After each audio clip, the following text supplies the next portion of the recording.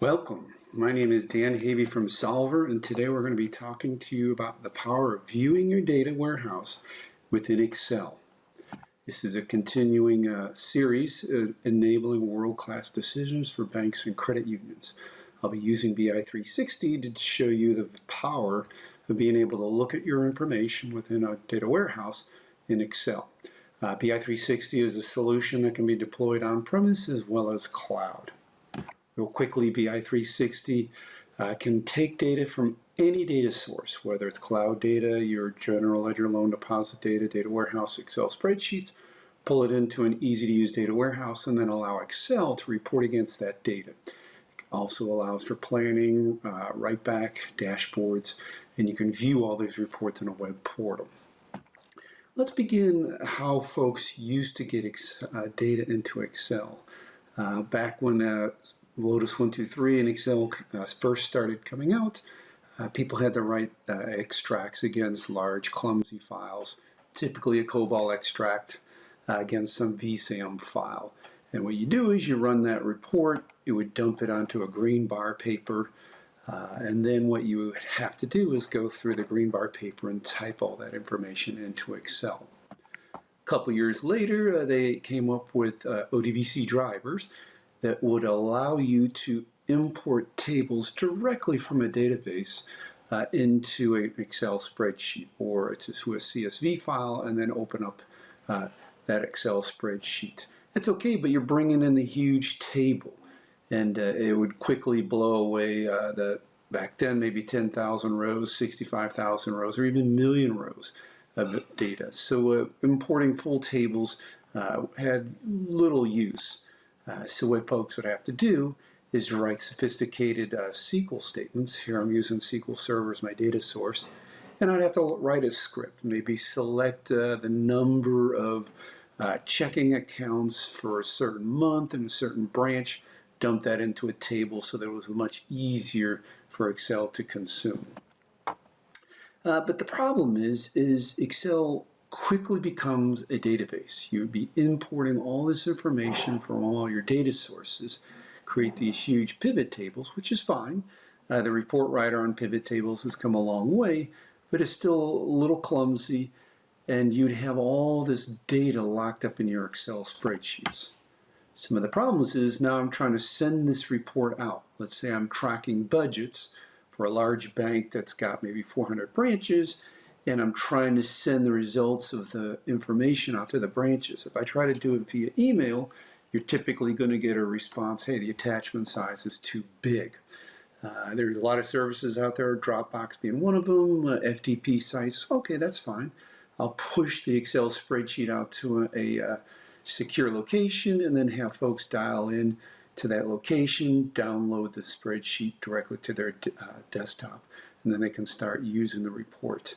The problem is, all of a sudden, all these separate Excel spreadsheets, all these Dropbox files become what we call data silos. All this data was extracted from somewhere and it's dumped into an Excel spreadsheet. And now that data has to be refreshed periodically. So we talked about using BI 360 as a way of getting data from all your data sources. Here's an example. I've got a bank model that has some general ledger data, has a general ledger transaction details.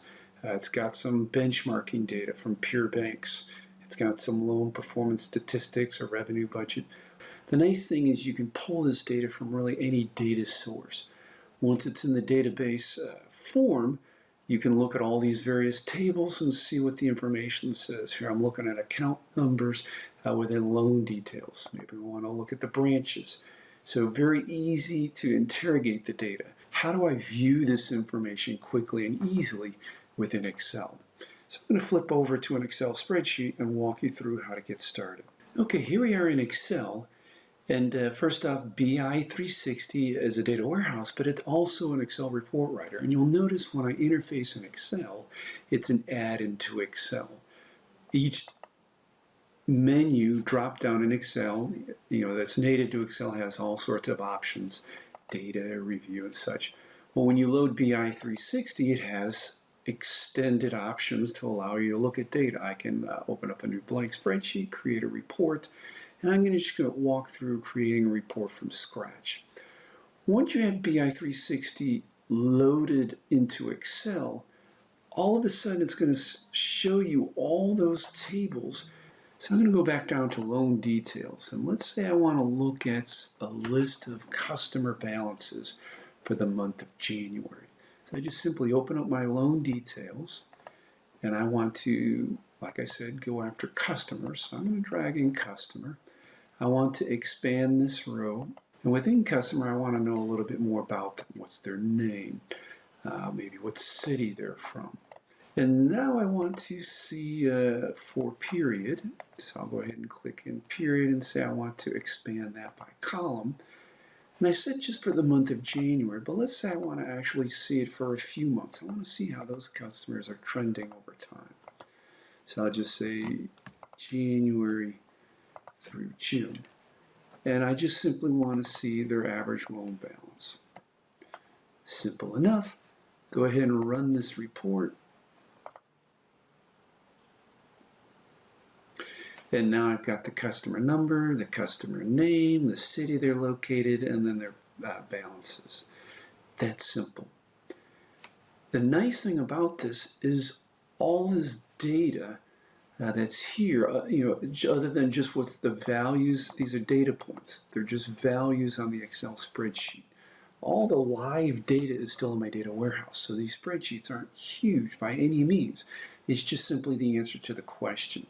If I simply want to refresh the report, I just simply run it again, and you'll notice it clears out the balances and just refreshes the report. So I'm viewing live data or whatever's in my data warehouse. It's always up to the minute. This isn't static. Let me go over now and pull up an existing report that's a little sexier. I've added account number, loan number, product codes, descriptions. And let's say I just want to get very specific for a specific month. I'm getting ready to interview a customer, and I just want to know a little bit more about them. So I just simply come in here and say I want to look at Alan Seguida. I go ahead and select that customer, and I just want to know their balances. Let's just update it for September. And I want to pick all categories, loans, deposits, and simply rerun this report. And I'm going to pull up all of Alan's information. So Alan's got a couple of commercial loans with me, some CD deposits, the description of the account.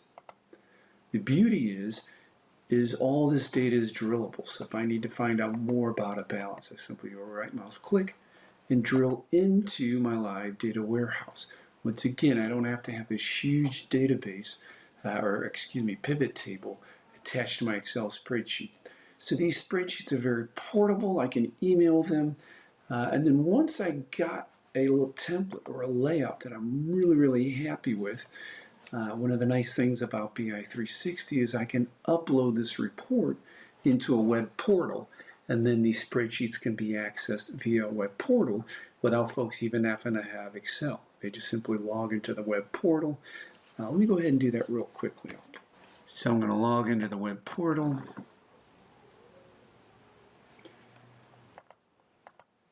Pull up the report of interest. And there you go. So the value of viewing your data warehouse information from within Excel is very powerful. I no longer have to send huge reports with huge databases.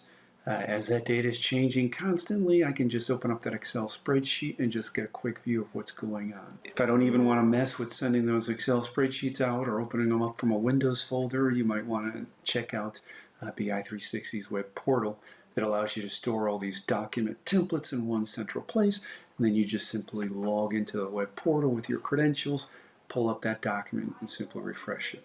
So there you go. I hope you found this video helpful.